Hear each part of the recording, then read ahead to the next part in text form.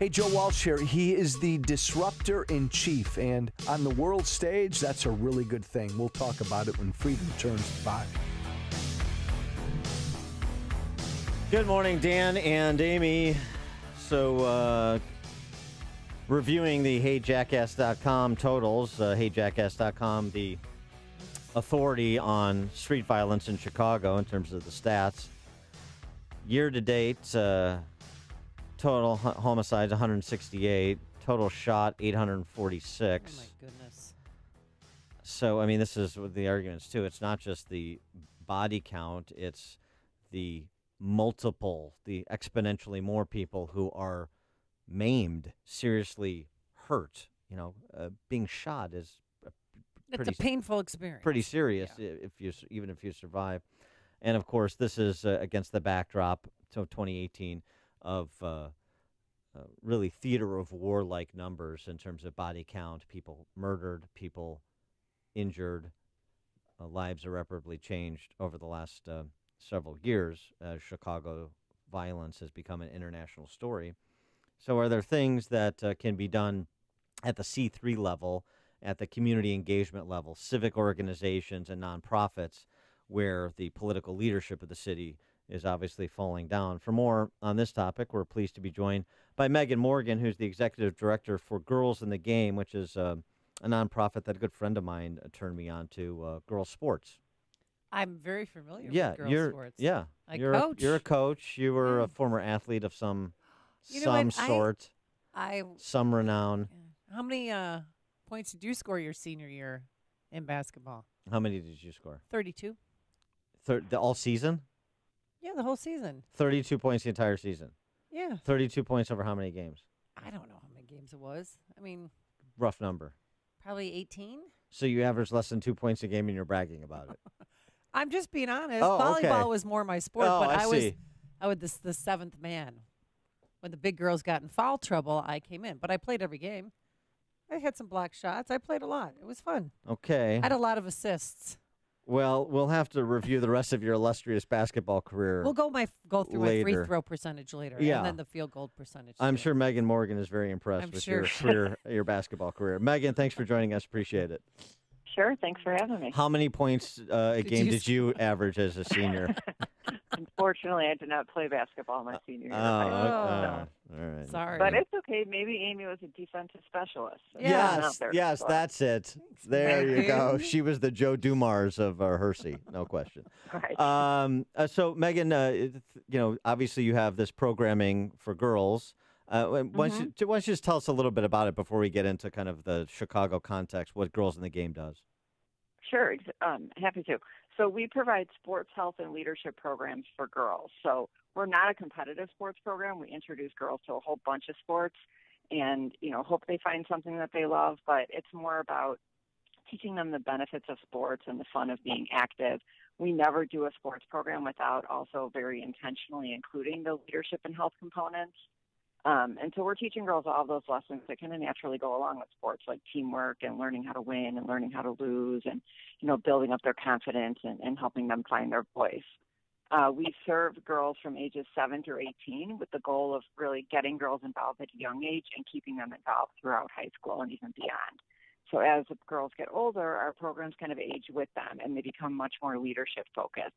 So by the time the girls are in high school, our programs are really focused on helping them grow as leaders. So we train high school girls on how to lead workshops for younger girls, and they go out and lead those sports health and leadership workshops for younger girls in the community. And so not only are they kind of finding their voice and their confidence, but they're starting to see themselves as role models for younger girls. How many girls are involved in the program? We serve almost 4,000 girls a year. Ooh. And it's interesting. It's kind of like what the Chicago Bulls do. They're not interested in competitive basketball. They just want to introduce people. They just want to introduce guys to the sport of basketball, leadership skills for a career after playing for the Bulls for a little while. Yeah. Well, when you say leadership skills, and what exactly, can you give me a concrete example of? Sure. And so it's learning to work with others. And so they're put in these situations where they're leading workshops with another girl. And most of our programs, especially for older girls, they aren't school-based. So the high school girls are coming from all different high schools. So they could be working with somebody that they've never met before, someone from a different area of the city, and they're in this situation where they need to lead this workshop together. And so they're kind of forced to work together and work out their differences. We really try to empower girls. So we don't kind of just teach them the curriculum. We let them learn by doing. We give them a lot of choice. So they get to choose the sports they want to teach. They get to choose the sports they want to play. They get to choose the different topics that they want to teach. And so we're teaching them to kind of own their confidence and be leaders in their own right. And what we really want to do is teach girls to grow as leaders so they can affect change in their own communities. You know, you were talking about the violence that's hit Chicago really hard. And a lot of the girls we work with come from communities that have been hit the hardest by those issues. And so if we can teach girls, you know, they can use their voice and their strength to affect change, and they can take those lessons back to their own communities. Yeah, so a little bit more on that. One of the things that really, I don't know, this is my perspective on it, in terms of girls' leadership, particularly at the junior high and high school level, is girls being a civilizing influence on the boys. Obviously, the majority of these violent crimes overwhelming majority are committed by young men, and the victims are largely young men. And it's not just, it seems to me, it's not just voices in terms of like public policy positions. It's within their own communities, providing moral leadership about what's right and wrong, about how to treat one another.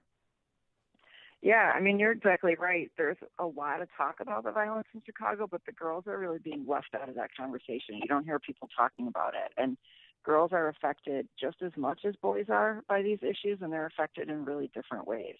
And probably about 5 years ago when, you know, the violence started increasing at a really high rate, we took a close look at our curriculum to make sure that our topics and what we were teaching the girls were addressing those issues. And so we teach them things about conflict resolution and personal safety and how to make those hard decisions when you're in those situations. Excuse me, you know, like how to diffuse conflict and when to walk away. Do one of your girls express their concern for safety living in certain neighborhoods? Oh, absolutely. And what do you hear from it's them? A big concern. Yeah. You know, even with the younger girls, we'll see, you know, our programs for younger girls take place at their schools. And so their after-school programs, they take place right when the school day ends. But in the winter, our attendance numbers drop because there's safety concerns. A lot of these girls walk home from school, and understandably so, their parents don't want them walking home when it's starting to get dark. And so, you know, it's an issue that's affecting girls of all ages. And they do talk about it. They talk about, you know, being scared to play outside sometimes and, you know, not knowing what to do when they're around those situations. And a lot of them, you know, have been personally affected by it through family members or neighbors or friends. I've gone to your fundraisers the last couple of years as my friend Mike Romano and as a guest. You know, I mean, I don't. You're going to be a girl in the game. I don't. Well, I no, don't, yeah, you are. I don't pay for tickets. Oh, that's I don't do that. I don't do that. I'm too big for that. But no, Mike is a great guy, and so he introduced me to the organization, as I mentioned, and I've gone to the fundraiser the last couple of years, and it is interesting that as much as girls in the game, this is about introducing them to sport. A lot of the focus is on educational achievement, and since you deal with so many Chicago public school girls, it's interesting to see and encouraging to see the focus on educational attainment, where girls are going to college and that sort of thing. Yeah, exactly. Part of our Teen Squad program, which is our flagship teen program, the girls earn scholarships. So I mentioned that they lead workshops for younger girls. And in exchange for every workshop they lead, they earn some scholarship money. And they earn that over 4 years. So if they get involved with us as a freshman, they can accumulate that scholarship money. And for most of these girls, they're first-generation college students.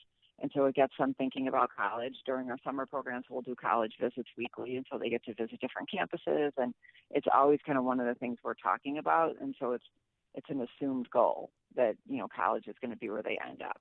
And then what about summer? During the summer months, do you have a summer program for kids? We do. We have a summer camp for younger girls, 7 through 13, and then we have a teen summer program that's really leadership focused. It takes place, you know, over 4 weeks. It takes place at Douglas Park in the North Lawndale neighborhood, but we have buses that pick girls up from all over the city and bring them to camp so that girls from all of our different after-school programs and that are involved with us in all different ways can all come to camp. And then the last few days of camp, they actually head to overnight camp for 2 nights and 3 days, which, is about 2 hours from Chicago, but the girls think it's, the great wilderness, and they're really roughing it. So it's fun. Are you? Would you be amenable to picking up a washed-up female athlete, about 30 years removed from Hershey in the Lakeview community, who would also like to be introduced to sports and go out camping?